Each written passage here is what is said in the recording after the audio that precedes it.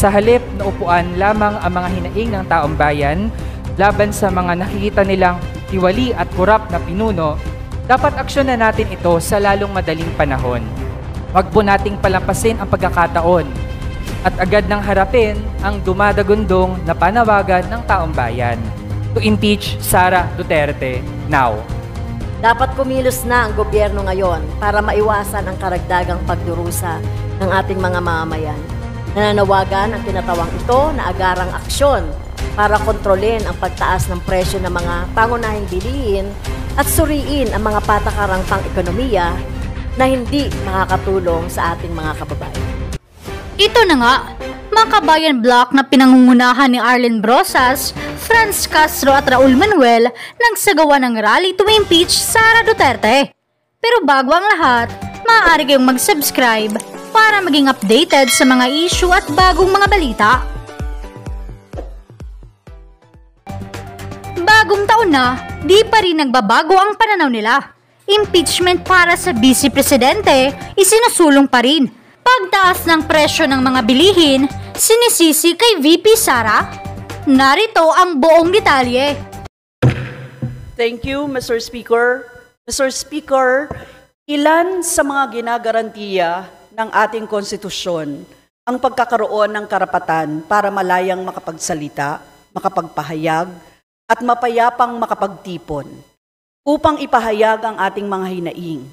According to Article 3, Section 4 of the Philippine Constitution, no law shall be passed abridging the freedom of speech, of expression, or of the press, or the right of the people to peaceably to assemble and petition the government for redress of grievances.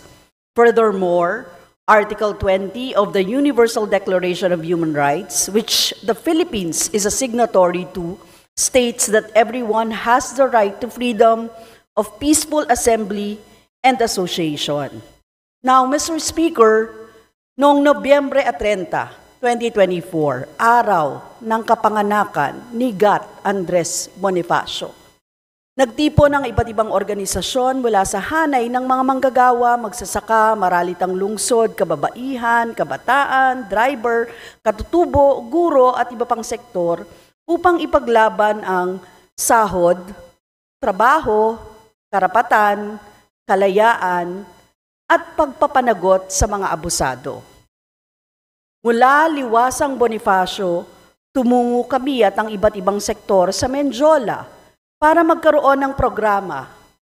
Habang nagmamarcha sa kahabaan ng Recto Avenue, nagbarikada at humarang ang kapulisan sa mapayapang pagkilos ng mamamayan. Placards na may lamang panawagan at palabang diwa lamang ang bitbit ng mga kasama mula sa iba't ibang sektor, habang ang kapulisan ay may dalang riot shield at naka-helmet at armor pa na tila susugod sa isang labanan. Mr. Speaker, ginamit ng mga kapulisan ang kanilang dalang shield para hampasin sa ulo at leeg ang mga aktivista. May mga napukpok at nagtamo ng sugat sa ulo at bibig. Makikita nyo yan dyan, Mr. Speaker, yung iba't ibang mga kung paano pinalo, paano talaga sinaktan ang mga tao. May isang kabataan na nagtamo ng 2 hanggang 3 laceration at kinailangan pang dalhin sa ospital.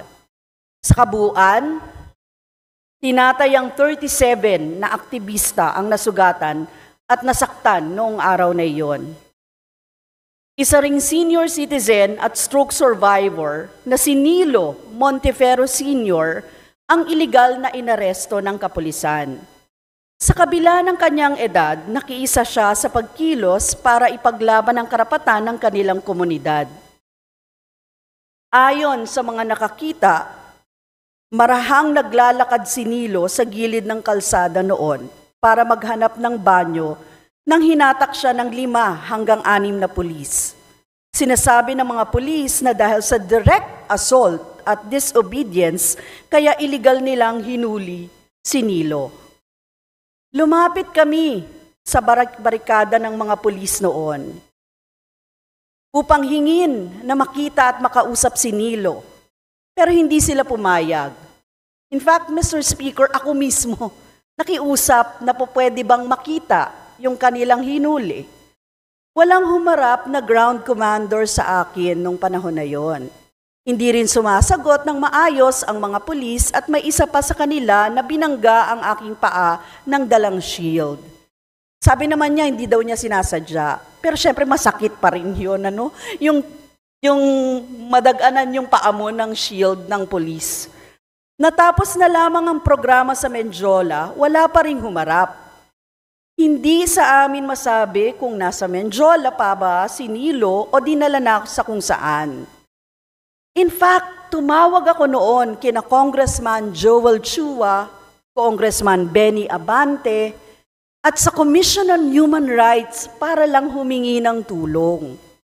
Mga mahigit 1 oras ang lumipas, saka lang kami hinarap ni P. Colonel Arnold Thomas Ibay, Direktor ng Manila Police District. At kanyang sinabi na nasa MPD na si Nilo. Agad kaming pumunta sa MPD para makita si Nilo kahit na siya ay walang kasalanan at iligal lamang na hinuli ng kapulisan ay ayaw pa rin siyang palayain ng mga pulis at tumagal pa ng ilang araw sa MPD. Now, eto na, Mr. Speaker. Noong January 9, 2025, nakatanggap ako at ang ilang mga mula sa iba't ibang sektor ng sabina dahil di umano sa paglabag sa Batas Pambansa bilang 880 or Public Assembly Act ng 1985. Noong November 30, 2024 o Bonifacio Day mismo. Ang paggamit ng dahas, panggigipit at iligal na pag-aresto sa mga aktivista, maging ang pagpapataw ng mga kaso laban sa mga leader ng iba't ibang sektor ay naglalayong pigilan ang mga lehitimong panawagan para sa pagtaas ng sahod, pagkakaroon ng trabaho, pagpapababa ng presyo ng bilihin at paglaban para sa karapatan. Hindi dapat maging instrumento ng pagpapatahimik sa tinig ng mamamayang Pilipino ang mga polisiya tulad ng BP 880. Sa halip, dapat tiyakin na ang bawat isa sa atin ay malayang nakapagpapahayag ng mga hinaing ng walang takot o pangamba. So, Mr. Speaker, hindi ko lubusang maisip kung bakit ito ginagawa, kundi dumudulo ako sa pagtingin at pag-unawa na ito ay harassment, political harassment sa mga katulad namin, Mr. Speaker. Dahil iba ang pananaw namin, dahil ibang pagtingin namin, dahil kami ay nag-a-advocate ng kapayapaan din sa ating bayan, Mr. Speaker. So, ang paglaban para sa karapatan at kalayaan ay hindi dapat maging krimen. Muli, maraming salamat, Mr. Speaker. Thank you, Honorable Brosas. Majority Leader. Mr. Speaker, I now move to recognize Representative Raul Manuel from Kabataan Party List to avail his privileged hour. Please reiterate your motion.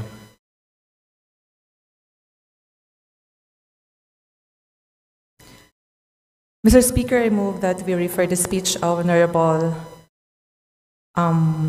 Arlen Brosas from Gabriela Party List to the Committee on Rules for its appropriate action. Is there any objection? The Chair hears none. The privileged speech of Honorable Arlen Brosas is referred to the Committee on Rules. Majority Leader. Mr. Speaker, I now move to recognize Representative Raul Manuel from Kabataan Party List to avail his privileged hour. Honorable Raul Daniel Manuel of the Kabataan Party List is recognized. Maraming salamat, Mr. Speaker. Una sa lahat, nais kong batiin ang ating kagalang-galang na Kamara ng isang manigong bagong taon. Happy New Year po sa lahat. Ang ibig sabihin po ng manigo ayon sa diksyonaryo ay sagana, may mabuting kapalaran, o kasiya-siya. Subalit sa bagong taon na ito, we have to point out, Mr. Speaker, na para bang may bumabagabag sa sambayan ng Pilipino. Sa pananaw ng representasyong ito, nagmumula ang pagkabagabag sa isang napakahalagang usapin na hanggang ngayon ay hindi pa rin natutugunan.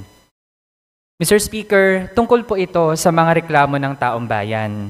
Ang impeachment complaints na inihain laban sa nakaupong Vice Presidente Sara Duterte.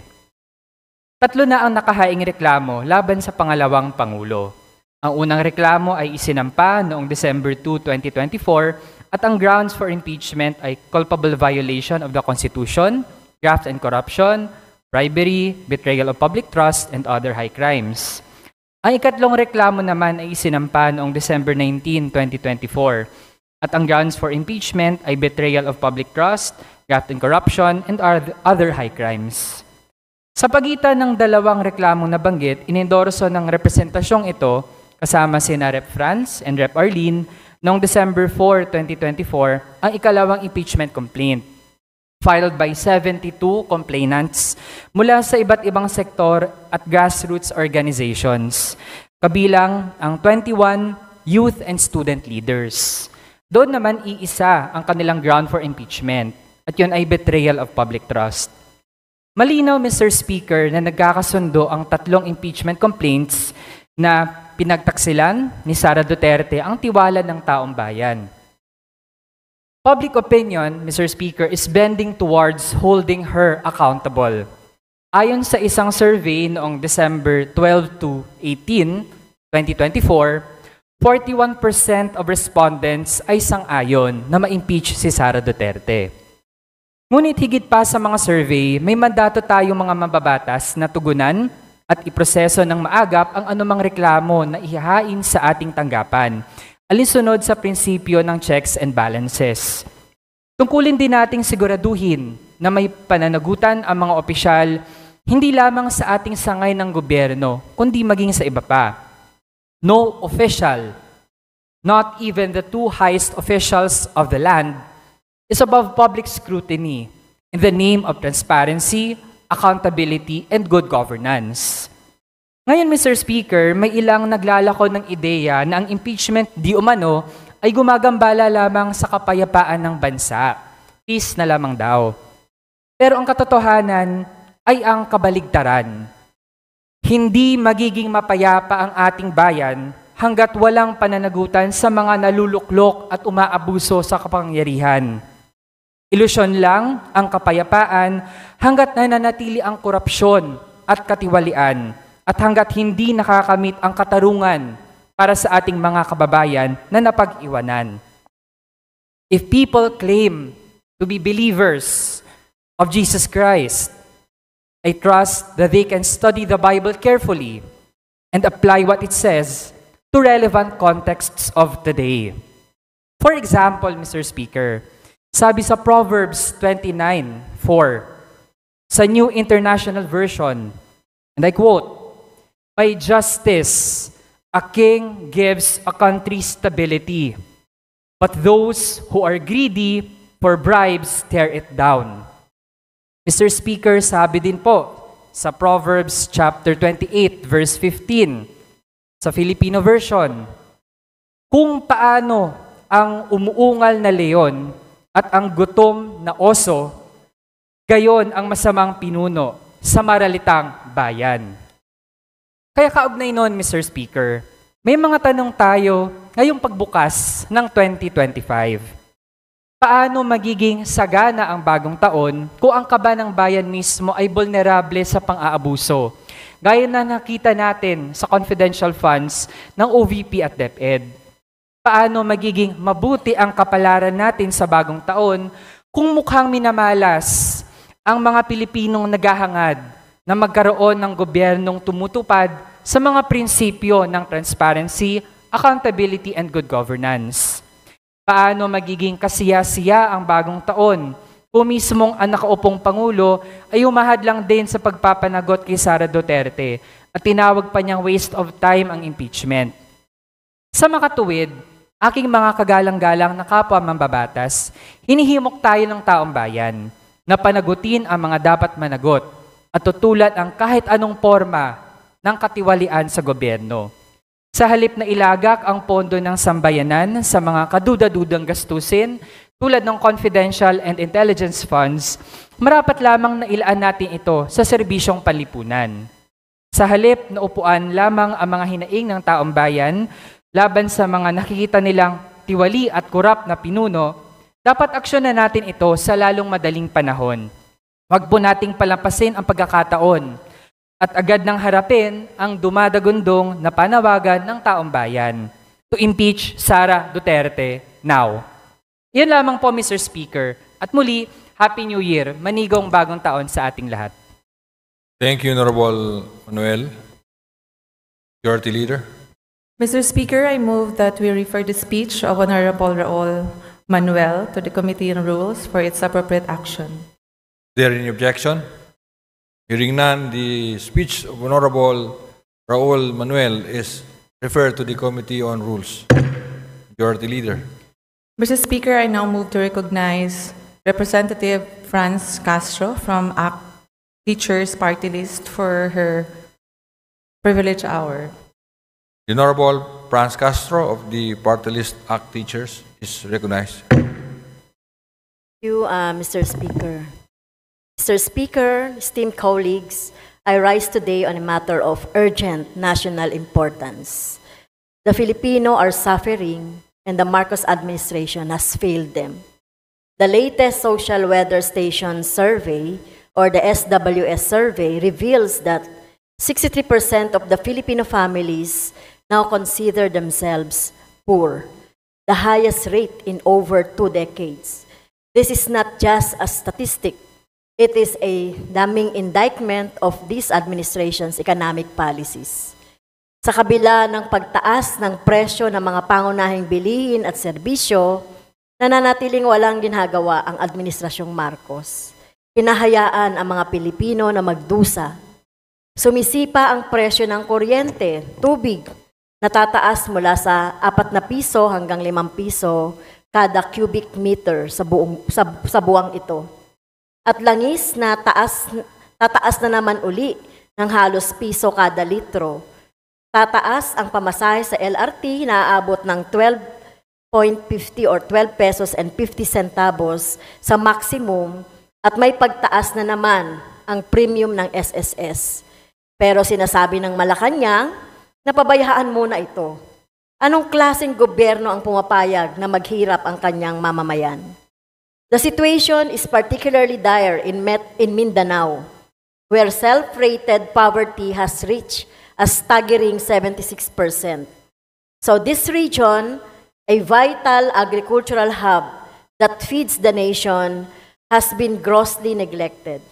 Farmers and fisher folks are struggling to survive as the government prioritizes massive importation over local production. The rice tariffication law has devastated our rice industry, leaving farmers unable to compete with the cheap imported rice. Meanwhile, the National Food Authority's original mandate to establish the food prices has been gutted, leaving our people vulnerable to exploitation. Dapat na ibasura ang rice tariffication law at ibalik sa kagyat ang original function ng National Food Authority. Hindi na ubra ang 60 pesos maximum suggested retail price ng bigas, lalo pa itong nag-aanyaya ng pagsasamantala, Mr. Speaker. The Marcos administration's reliance on temporary aid and band-aid solution is not enough. We need long-term structural reforms to address the root causes of poverty. We call for a national industrialization plan that will create stable jobs, provide livable wages, and support our farmers. We must also hold accountable the oil companies that manipulate fuel prices, driving inflation, and pushing our people deeper into poverty.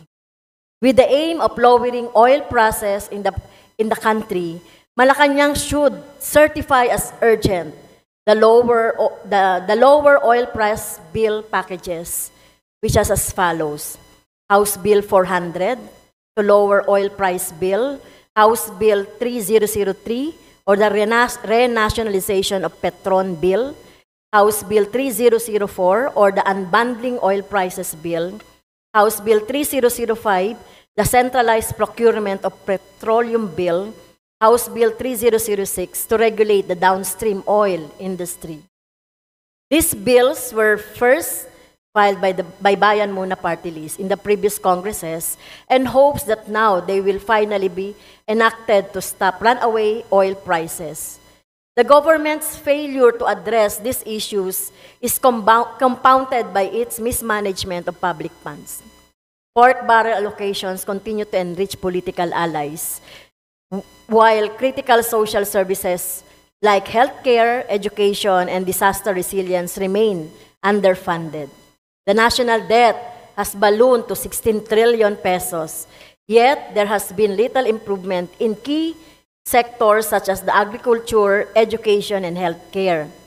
To make matters worse, the Marcos administration refuses to implement a significant wage increase despite the rising cost of living. Workers are left unable to cope with inflation, while unemployment remains high, especially in impoverished regions like Mindanao. These devastating economic policies are no longer sustainable and should be stopped. Pork barrel spending must be abolished, and funds must be redirected to strengthen the basic services such as healthcare, education, and disaster resilience. We must rebuild robust rural economies and replace debt dependency with sustainable fiscal policies that ensure long-term growth and genuinely uplift the poor. Mr. Speaker, the Filipino people deserve better. They deserve a government that prioritizes their welfare over the interests of big businesses and political elites. They deserve a government that listens, acts, and delivers. Dapat kumilos na ang gobyerno ngayon para maiwasan ang karagdagang pagdurusa ng ating mga mamamayan. Nananawagan ang kinatawang ito na agarang aksyon para kontrolin ang pagtaas ng presyo ng mga pangunahing bilihin at suriin ang mga patakarang pang-ekonomiya na hindi makakatulong sa ating mga kababayan. Thank you, Mr. Speaker. Thank you, Honorable Castro, Majority Leader. Mr. Speaker, I move that we refer the speech of Honorable Representative Franz Castro to the Committee on Rules for its appropriate action. Is there any objection? There being none, the speech of Honorable Franz Castro is referred to the Committee on Rules. Majority Leader.